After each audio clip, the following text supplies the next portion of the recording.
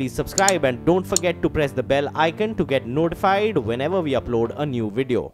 उत्तराखंड के उत्तरकाशी में एसडीआरएफ की टीम भारी बारिश के बाद देवघाट नाले के पास फंसे 40 से ज्यादा कावड़ियों को रस्सी की मदद से बचाने लगी। दावा है कि गौमुख जाने वाला रास्ता बंद होने के बाद ये सभी कावड़िए वहां पहुंच गए।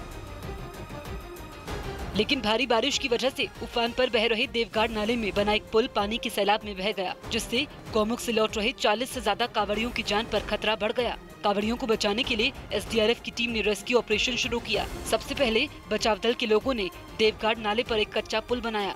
इसके बाद वहां फंसे लोगों को बचाने के लिए उस पुल पर एक रस्सी बांधी गई, जिसे पकड़कर लोग नाला पार करते दिखे। इसी तरह एक के बाद एक 40 से ज्यादा कावड़ियों ने उफान पर बह रहे नाले को मुश्किल से पार पाया। रेस्क्यू ऑपरेशन के समय बचाव दल के लोगों को कई चुनौतियों का भी सामना करना पड़ा, लेकिन उन्होंने हिम्मत नहीं हारी। जानकारी दी गई कि पहाड़ खिसकने के बाद गंगोत्री नेशनल पार्क से गौमुख तक 7 किलोमीटर के रास्ते को बंद कर दिया गया था, लेकिन इसके बाद भी कावड़ियों का जत्था जान जोखिम में डालकर वहां पहुंच गया।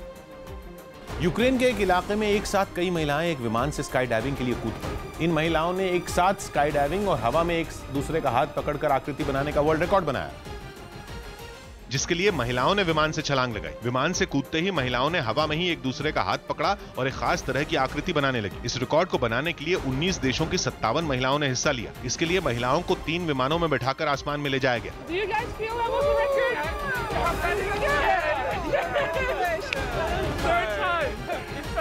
दावा किया गया कि महिलाओं ने केवल 90 सेकंड में 3 बार अपनी आकृति बदलकर यह रिकॉर्ड अपने नाम कर लिया। इससे पहले यह रिकॉर्ड 56 महिलाओं की एक टीम के नाम था। प्रति व्यक्ति औसत आय में इजाफा हुआ। मोदी सरकार के मुताबिक पिछले 4 सालों में भारत की प्रति व्यक्ति औसत आय बढ़कर करीब 80,000 हो गई है। 11 अगस्त को कांग्रेस अध्यक्ष राहुल गांधी के दौरे की तैयारियों के मद्देनजर राजस्थान कांग्रेस ने समीक्षा बैठक की। यूपी के संभल में एक मदरसे में लड़कियों को बंधक बनाने की खबर मिलने पर पुलिस ने छापेमारी की। मध्य प्रदेश विधानसभा चुनाव में पहली बार वीवीपैट मशीनों का इस्तेमाल होने जा रहा है, जिसके लिए चुनाव आयोग ने डेमो दिया। लंदन में आज से शुरू हो रहे दूसरे टेस्ट के लिए टीम इंडिया और इंग्लैंड ने लॉर्ड्स में प्रैक्टिस की। मध्य प्रदेश के गुना में एक आदमी पर 14 साल के लड़के का यौन शोषण करने का आरोप लगा। राजस्थान के छतरपुर में भीड़ में शामिल कुछ लोग पुलिस की मौजूदगी में एक लड़के को पीटने लगे। मारपीट करने वाले लोगों ने उस लड़के पर मोबाइल फोन चुराने का आरोप लगाया, जिसके बाद घटना की जानकारी पर 2 पुलिस वाले मौके पर पहुंच गए और भीड़ में शामिल लोगों को समझाने lage। इस बीच जिस लड़के पर मोबाइल फोन चुराने का आरोप लगा, वो हाथ जोड़कर लोगों से माफी मांगने लगा, जिसके बाद भीड़ में शामिल एक आदमी ने उसकी पिटाई कर दी।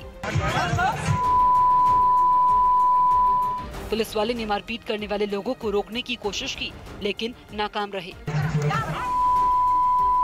इसके बाद पुलिस वालों ने आरोपी से माफी मंगवाई और गुस्साए लोगों को उसके खिलाफ कड़ी कार्रवाई का भरोसा दिया। काफी समझाने के बाद भीड़ का गुस्सा शांत हुआ, जिसके बाद पुलिस वाले आरोपी को गिरफ्तार करके थाने ले गए। पंजाब के अमृतसर में एक सड़क पर टीईटी यानी टीचर एलिजिबिलिटी टेस्ट पास कर चुके कुछ लड़के लड़कियां हाथ में कटोरा लेकर भीख मांगने लगे। इस विरोध प्रदर्शन के जरिए इन लोगों ने आरोप लगाया कि आर्थिक संकट की दलील देकर सरकार उनको नौकरी नहीं दे रही। इसलिए सभी टीईटी पास लड़के लड़कियां एक बड़े से बैनर के आगे जमीन पर बैठ गए और सरकार के आर्थिक संकट को दूर करने की दलील देते हुए भीख मांगने लगे। इनमें कुछ लड़के ऐसे भी थे जो पैसों के लिए लोगों के जूतों पर पॉलिश करते दिखे। नौकरी की मांग की थी, उन्होंने सानू कहा साडे खजाने 'च पैसा नहीं है जी, असीं तुहानू नौकरी नहीं दे सकते, तो इसलिए असीं भीख मांग रहे हैं। प्रदर्शन कर रहे लड़के लड़कियों ने दावा किया कि जब उन्होंने नौकरी नहीं मिलने की शिकायत सरकार से की तो सरकार ने उन्हें आर्थिक संकट का हवाला दिया। साथ ही दलील दी कि नौकरी देने के बाद उनको तनख्वाह देने के लिए सरकारी खजाने में पैसे नहीं है। सरकार की इस दलील से नाराज छात्र सरकारी खजाना भरने के लिए भीख मांगने बैठ गए और उन्होंने धमकी दी कि वो तब तक अपना प्रदर्शन जारी रखेंगे जब तक सरकार उन्हें नौकरी नहीं देती। जब तक आप हमारे लिए पोस्टें खाली नहीं रख मतलब कि पोस्टों की भर्ती नहीं करेंगे, तब तक हम ऐसे ही भीख मांगकर आपका खजाना भरने के लिए तैयार बैठे हैं। कुछ देर तक वो भीख मांगकर प्रदर्शन करते रहे, लेकिन इसी बीच कुछ ने सरकार के खिलाफ नारेबाजी भी शुरू कर दी।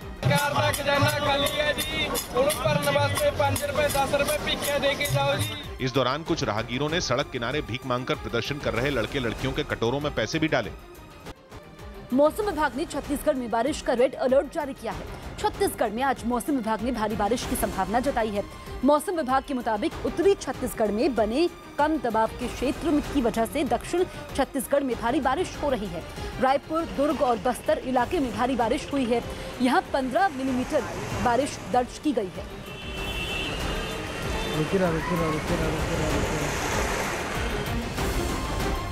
करुणानिधि के निधन के बाद उनकी समाधि की जगह को लेकर शुरू हुआ विवाद मद्रास हाईकोर्ट के फैसले के बाद ही खत्म हुआ। कोर्ट ने करुणानिधि की समाधि के लिए राज्य सरकार को चेन्नई के मरीना बीच पर ही जगह मुहैया कराने का आदेश दिया, जिसके बाद मरीना बीच पर करुणानिधि की समाधि बनाने का काम शुरू हो गया। इससे पहले बवाल तब बढ़ गया जब राज्य सरकार ने करुणानिधि की समाधि मरीना बीच पर अन्नादुरई की समाधि के पास बनाए जाने की मांग ठुकरा दी। लेकिन डीएमके सरकार के खिलाफ हाईकोर्ट चली गई, जहां उसके वकील ने दलील दी कि तमिलनाडु की 1 करोड़ जनता डीएमके समर्थक है, जिनकी भावनाएं करुणानिधि को मरीना बीच पर जगह न देने से आहत होंगी। जबकि कोर्ट में सरकार के वकील ने दलील दी कि मरीना बीच पर सिर्फ उन नेताओं की समाधि है जिनका निधन सीएम रहते हुआ। इस पर डीएमके के वकील ने कहा कि ऐसा कोई कानून नहीं है कि मरीना बीच पर सिर्फ सीएम को ही दफनाया जाए। कोर्ट ने दलीलों को सुनने के बाद आदेश दिया कि करुणानिधि की समाधि के लिए मरीना बीच पर जगह दी जाए। This victory is dedicated to our great leader Dr. Kalaignar and for the fighting spirit of our leader Mr. M.K. Stalin. Chennai के मरीना बीच पर ही एआईएडीएमके के संस्थापक और पूर्व मुख्यमंत्री एमजी रामचंद्रन और पूर्व सीएम जयललिता की समाधि है। माना जा रहा है कि सियासी विरोधी होने की वजह से राज्य की एआईएडीएमके सरकार मरीना बीच की बजाय करुणानिधि को गांधी मंडपम में जगह दे रही थी। समुद्र किनारे रोज फेंके जाने वाले कचरे से जुड़े हैरान करने वाले आंकड़े सामने आए हैं। समुद्री जीवन पर शोध कर रही एक संस्था की रिपोर्ट के मुताबिक दुनिया भर में समंदर में हर दिन 92 लाख किलो कचरा फेंका जाता है। अलग अलग तरह की इतनी रस्सियां समुद्र में रोज फेंकी जाती हैं, जिन्हें जोड़कर 28 किलोमीटर लंबा तौलिया बनाया जा सकता है। कोल्ड ड्रिंक या जूस पीने में इस्तेमाल होने वाली स्ट्रॉ यानी पाइप इतनी बड़ी तादाद में फेंके जाते हैं कि इनकी कुल लंबाई 243 किलोमीटर तक पहुंच जाती है। समंदर में प्लास्टिक की इतनी बोतल फेंकी जाती हैं कि सामान्य आकार के 5 स्विमिंग पूल भर जाए। सिगरेट के पीछे का फिल्टर वाला हिस्सा, जिसे बट कहा जाता है, वो इतनी बड़ी तादाद में फेंके जाते हैं कि केवल इन बट की कुल लंबाई 210 किलोमीटर से ज्यादा हो जाती है। अगर आंकड़ों में ही देखें तो रोज समुद्र में 24 लाख सिगरेट के बट फेंके जाते हैं। टॉफी, चॉकलेट, चिप्स या खाने पीने की दूसरी चीजों के 17 लाख रैपर फेंके जाते हैं। 15 लाख प्लास्टिक की बोतलें समुद्र में रोज डाली जाती हैं। तो इतने ही प्लास्टिक के बैग और पॉलिथीन भी रोज समुद्र में पहुंच जाते हैं। अलग अलग तरह की बोतलों के प्लास्टिक के ढक्कन की गिनती 10 लाख से ज्यादा है, जो समुद्र में रोज फेंके जाते हैं।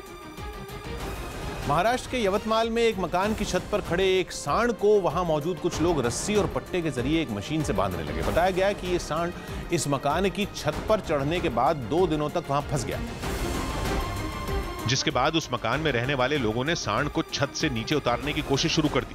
2 दिनों से छत पर मौजूद सांड जब खुद नीचे नहीं उतरा तो मकान में रहने वाले लोगों ने एक मशीन और जानवरों के डॉक्टर को बुलाया। इस बीच वहां लोगों की भीड़ जुट गई। नीचे उतारने से पहले सांड को बेहोशी का इंजेक्शन दिया गया, जिसके बाद उसको रस्सी और पट्टियों से बांध दिया गया। सांड को बांधने के बाद मशीन की मदद से उसको मकान की छत से नीचे उतार लिया गया। सांड के नीचे आने के बाद लोगों ने राहत की सांस ली। गुजरात के सूरत में कपड़े के शोरूम में घुसकर 2 लोग एक महिला से बदसलूकी करने लगे। पहले एक आदमी महिला के ऊपर चीखता चिल्लाता दिखाई दे रहा है, फिर गुस्से में वो काउंटर के दूसरी तरफ खड़ी महिला की कुर्सी फेंक कर मार देता है। इस हमले में महिला बच जाती है। इस बीच महिला लगातार फोन पर किसी से बात करती दिखाई दे रही है। इतने में दूसरे आदमी भी महिला पर गुस्सा होता हुआ आगे की तरफ आता है। फिर हंगामे के समय फिर महिला पर कुर्सी फेंकी गई। बताया जा रहा है कि महिला दरअसल ये लोग ब्याज का पैसा नहीं चुकाने पर महिला के शोरूम में हंगामा कर रहे थे। पुलिस ने मामला दर्ज कर लिया है और जांच तेज कर दी है।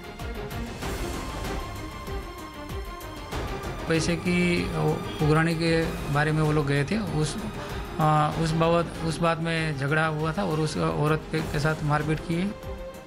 दिल्ली की एक सड़क पर हजारों लोग संत निरंकारी मिशन की गुरु माता सविंदर हरदेव की अंतिम यात्रा में शामिल हुए। उनका निधन रविवार को हो गया था, जिसके बाद उनका अंतिम संस्कार किया गया, जिसमें शामिल होने के लिए देश भर से उनके समर्थक दिल्ली पहुंचे। अंतिम यात्रा के दौरान संत निरंकारी मिशन की प्रमुख गुरु माता सविंदर हरदेव का पार्थिव शरीर एक ट्रक में रखा गया, जिसे फूलों से सजाया गया।